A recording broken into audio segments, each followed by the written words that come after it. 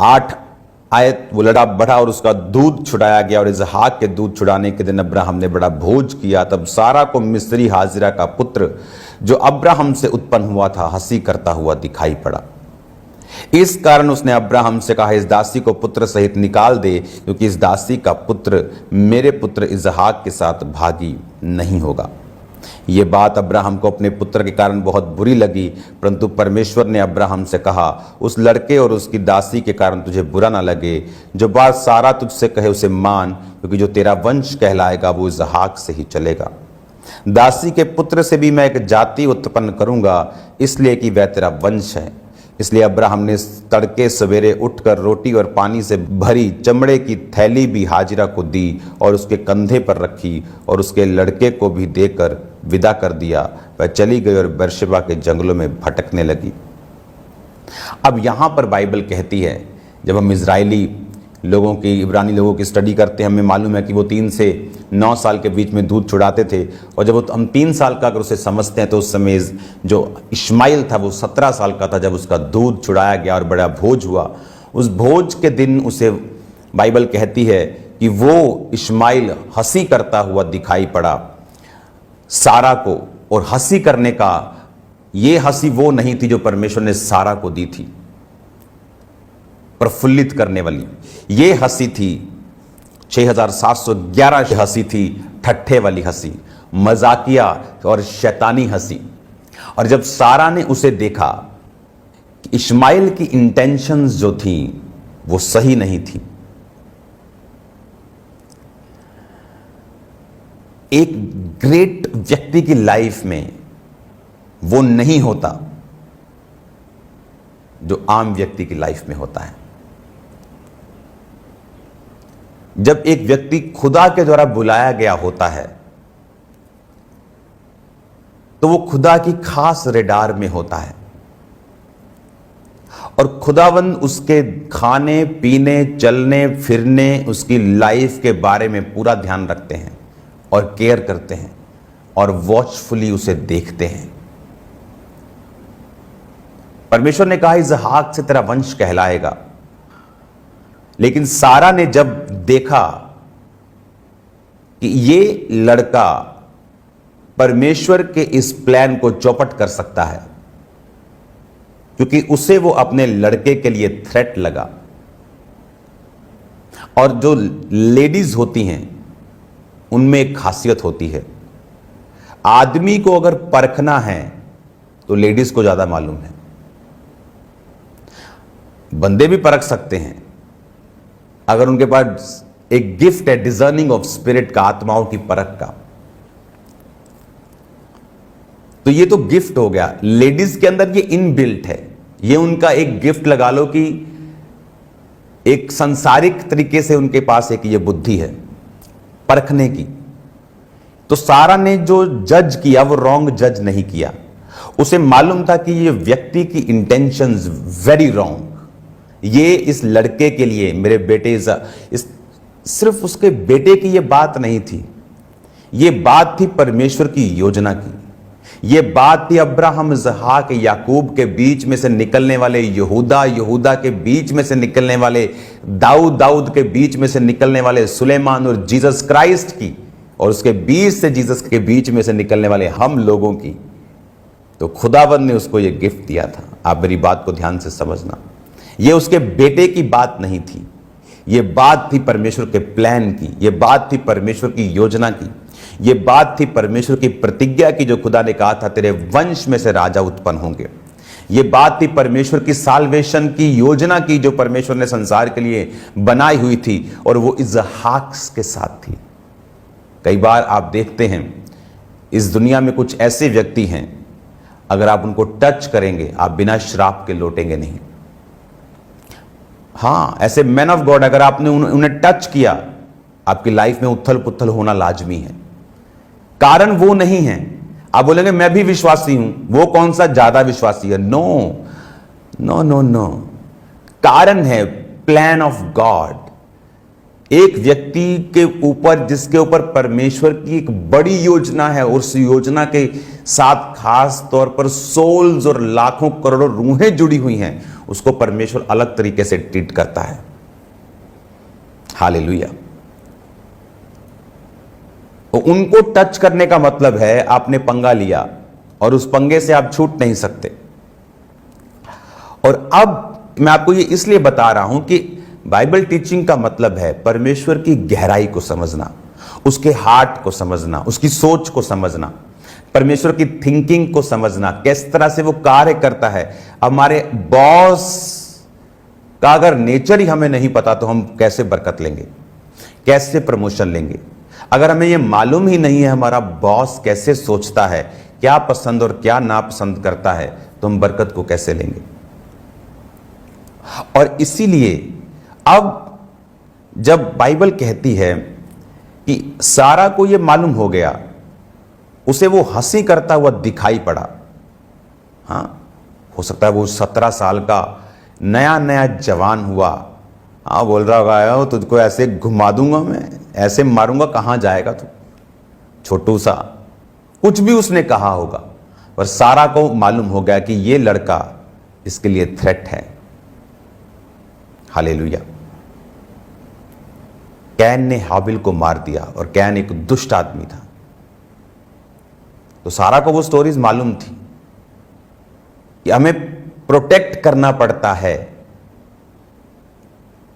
कलीसिया को भी गलती मालूम हुई कि हमने तो अपने दासों को प्रोटेक्ट नहीं किया प्रेयर्स में, तो वो लॉ लगाकर प्रार्थना करने लगे और परमेश्वर ने पतरस को छुड़ा लिया। पर याकूब मारा गया था, उनको गलती का एहसास हुआ, फिर पतरस के लिए प्रेयर की। बाइबल कहती परमेश्वर ने उसे छुड़ाया। आपको जो खुदा ने दिया उसे प्रोटेक्ट करना आपकी जिम्मेवारी, खुदा की नहीं। उसकी रक्षा करना आपकी जिम्मेवारी थी। सारा को मालूम था खुदा का प्लान है हमारी लाइफ के ऊपर, और वो इसहाक से शुरू होता है। उसको प्रोटेक्ट करने की जिम्मेवारी हमारी है। क्या आप अपने बच्चों को प्रोटेक्ट करते हैं?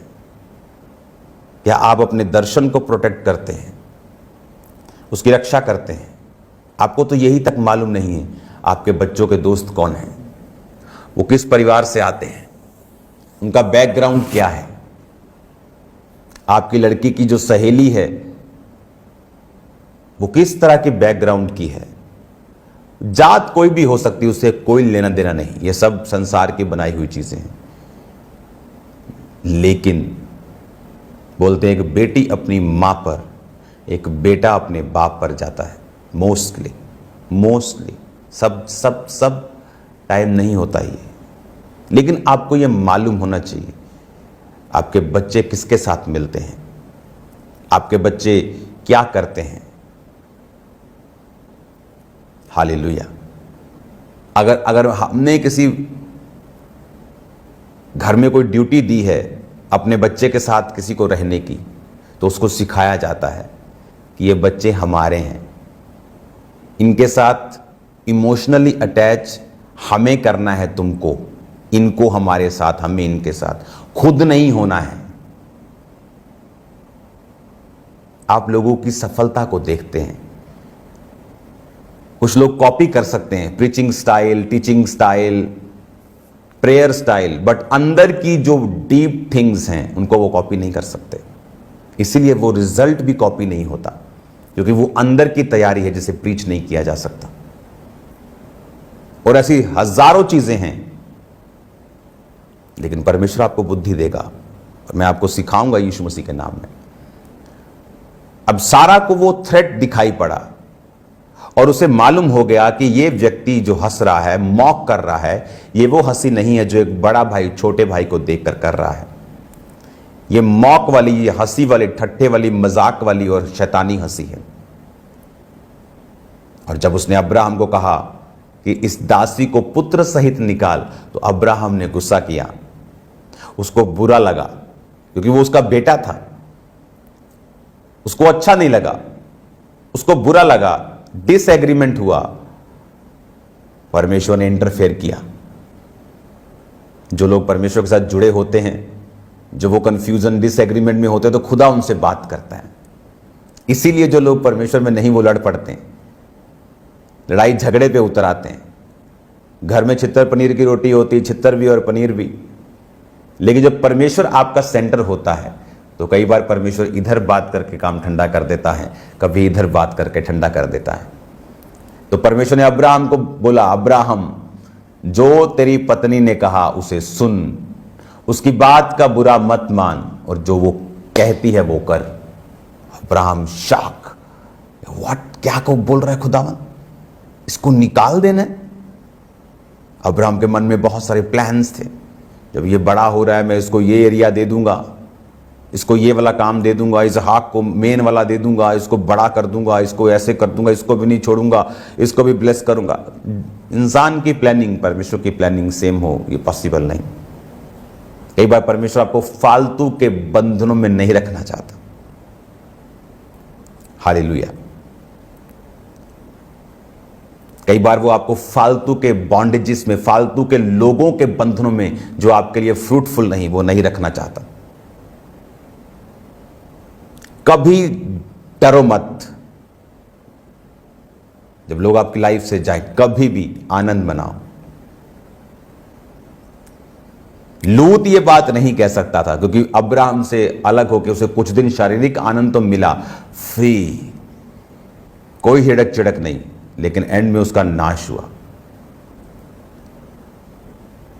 लेकिन बाइबल कहती है कि अब्राहम ने उसको निकाल दिया। आपकी लाइफ में कई बार जब तक आप डिवाइड करने वाले, माइनस करने वाले लोगों से अलग नहीं होते, परमेश्वर आपको नेक्स्ट लेवल पे नहीं लेके जाता, आपको उस प्रतिज्ञा में नहीं लेके जाता जिसके लिए परमेश्वर ने आपको बुलाया है। आप एक लंबी दौड़ दौड़ने के लिए, आप एक लंबी सड़क पर चलने के लिए, एक सफर के लिए, इंग्लिश वाला सफर नहीं, हिंदी वाला सफर, आप विश्वास के साथ चलने के लिए बुलाए गए हैं। और जब आपने लंबा चलना हो और फालतू का बोझ आपकी बॉडी, आपके जीवन पर हो, आप नहीं चल सकते, तो उस बोझ को परमेश्वर खत्म करना चाहता था। अब्राहम को बुरा लगा, लेकिन जब परमेश्वर ने कहा ऐसा कर, तो बाइबल कहती है उसने रोटी दी, थैली दी और भेज दिया। और परमेश्वर ने कहा डोंट वरी, मैं इनका ध्यान रखूंगा। लेकिन तेरी लाइफ में परमेश्वर कहता कि मेरी योजना कुछ और है, तू खास है, तू अलग है, योजना डिफरेंट काइंड ऑफ है तेरी लाइफ के ऊपर। सो अपने आप को दूसरों से कंपेयर मत कर कि वो भी इकट्ठा रह सकते हैं, वो भी तो दोस्त मिलते हैं, वो भी तो मसीह अपने दोस्तों से मिलता है, मैं क्यों नहीं। अगर आप एक खास रीति से, खास मकसद के तहत बुलाए गए हैं, आपकी लाइफ के इंसिडेंट्स, आपकी लाइफ की घटनाएं, आपकी लाइफ में जो हो रहा है वो भी अलग होगा दूसरे लोगों से। हालेलुया। और अब यहां पर बाइबल कहती है जब उसने उसके कंधे पर रखकर उसको दिया, वो बेरशेबा के जंगलों में भटकने लगी। जब थैली का जल समाप्त हो गया तो उसने लड़के को एक झाड़ी के नीचे छोड़ दिया और अपने आप से, आप उससे तीर भर के टप्पे पर दूर जाकर उसके सामने ये सोचकर बैठ गई कि मुझको लड़के की मौत ना देखनी पड़े। तो वह उसके सामने बैठी हुई ऊंची ऊंची चिल्लाकर रोने लगी। और बाइबल कहती है, अगली आयत में भी मैं आपको पढ़ाऊंगा, एक बड़ी सुंदर बात लिखी है। परमेश्वर ने उस लड़के की सुनी और उसके दूत ने स्वर्ग से हाजिरा को पुकार के कहा, हे हाजिरा तुझे क्या हुआ, मत डर, क्योंकि जहां तेरा लड़का है वहां से उसकी आवाज परमेश्वर को सुन पड़ी है। उठ, उस लड़के को उठा और हाथ से संभाल, क्योंकि मैं उसके द्वारा एक बड़ी जाति बनाऊंगा। तब परमेश्वर ने उसकी आंखें खोल दी और उसको एक कुआं दिखाई पड़ा, और तब उसने जाकर थैली को जल से भर के लड़के को पिलाया। और अब यहां पर लिखा है कि जब रोटी पानी खत्म हो गया, वो जंगलों में भटकने लगे, तो उसने थोड़ा लड़के को वहां बिठाकर थोड़ा दूर, थोड़ा रोने लगी परमेश्वर के सामने। और परमेश्वर ने ये नहीं लिखा परमेश्वर ने हाजिरा के रोने को सुना। बाइबल कहती है परमेश्वर ने लड़के की सुनी। कई लोगों को लगता है चिल्ला चिल्ला कर प्रार्थना करेंगे प्रभु तो परमेश्वर सुन लेगा। वो दिल का परमेश्वर है। आप पब्लिक प्लेस पर बैठे हैं और आप दिल से अंदर से आपके उफान उठ रहे हैं प्रेयर्स के, और एक है आप होठों से ऊंचा ऊंचा बोल रहे हैं लेकिन आपका दिल खड़क रहा है, अंदर से खाली है। तो चिल्ला चिल्ला के कारण परमेश्वर ने नहीं सुनी। लिखा परमेश्वर ने तेरे लड़के की सुनी है। वो तो रो भी नहीं रहा था, रो तो मार रही थी, लेकिन वो लड़का वो अपने बाप को जानता था। 14 साल तक वो अपने बाप के साथ कितना करीब रहा होगा, क्योंकि उसकी एक ही संतान थी अब्राहम की, इस्माइल। उसने उसको परमेश्वर के करीब देखा, उसको सफल होते देखा, उसको वो स्पिरिचुअल था, दूतों को देख पा रहा था, प्रेयर्स करता था, उसको मालूम था। मैंने ऐसे लोग देखे हैं जो इतने कैरेक्टर के अच्छे नहीं थे मसीह में, लेकिन मसीह लोगों के साथ रहते, तो उनको मालूम था कि जब ये मुसीबत आई, उन्होंने प्रेयर की और खुदा ने छुटकारा दिया। तो मैंने उनको देखा है, वे व्यभिचार के कारण बहुत बीमार हो गए और प्रेयर कर रहे हैं हॉस्पिटल में, खुदावंद मुझे एक बार छुड़ा ले, आगे से काम नहीं करूंगा, आगे से मैं ऐसा नहीं करूंगा। और प्रभु ने उनकी सुनी, क्योंकि वो धर्मी के साथ रह के उनको मालूम था परमेश्वर किस तरह से जवाब देता है कि तौबा करेंगे, ये करेंगे, वो करेंगे। लेकिन कैरेक्टर चेंज नहीं करते ये लोग। हीलिंग के बाद भी वैसे का वैसे थोड़ा बहुत फर्क पड़ता है इनको। व्यभिचार छोड़ देंगे लेकिन वो जिंदगी उनकी वैसे ही गड़बड़ है। तो मैं ऐसे लोगों को जानता हूं। ये उसी तरह का व्यक्ति है। ये हंसी कर रहा था, उसकी ठट्ठा कर रहा था, शैतानी हंसी कर रहा था, लेकिन मालूम भी है कि परमेश्वर कैसे काम करता है। प्रेयर की, परमेश्वर ने सुनी, और लिखा परमेश्वर ने आंखों को खोला। जब परमेश्वर ने आंखों को खोला तो एक कुआं दिखाई पड़ा। वो कुआं तो पहले से ही, वहां कुआं नया थोड़ी बन गया। कई बार आपकी सफलता आपके पास होती लेकिन आंखें बंद होती, परमेश्वर ने बंद की होती। जब परमेश्वर आईज ओपन करता है, सफलता के कारण आपके पास वो सारे सोर्सेस आपके पास पड़े होते हैं, लेकिन दिमाग नहीं खुलता। क्या करें? क्योंकि दिमाग तो परमेश्वर खोल सकता है, आंखें वही खोल सकता है। इसको कंटिन्यू मैं जारी रखूंगा कल, और याद रखो आज शाम को। This is Nick's Professional Makeup. होते हैं लेकिन दिमाग नहीं खुलता। क्या करें? क्योंकि दिमाग तो परमेश्वर खोल सकता है, आंखें वही खोल सकता है। इसको कंटिन्यू मैं जारी रखूंगा। सेम नहीं है यीशु मसीह के नाम में, आपका घराना सेम नहीं है यीशु मसीह के नाम में। तो ये वचन को मैं कंटिन्यू जारी रखूंगा कि किस तरह से जो इस्माइल था वो परमेश्वर ने उसकी सुनी, क्योंकि वो परमेश्वर के तरीकों को जानता था, और परमेश्वर ने उसे बचाया।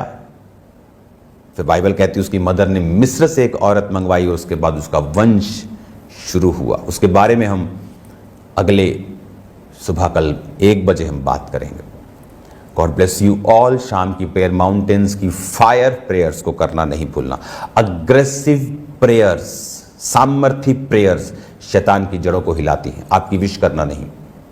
तो मेरा बिलीव है आज शाम को आप प्रार्थना के लिए तैयार होंगे। सब्जी या तो बाद में बनाना या पहले बनाना। उस समय कोई कुकर, कोई सीटी, कोई फोन नहीं। पेपर छाप के अपने गेट के बाहर लगा दो कि 8 से 9 नो डिस्टर्बेंस, हम प्रार्थना में हैं।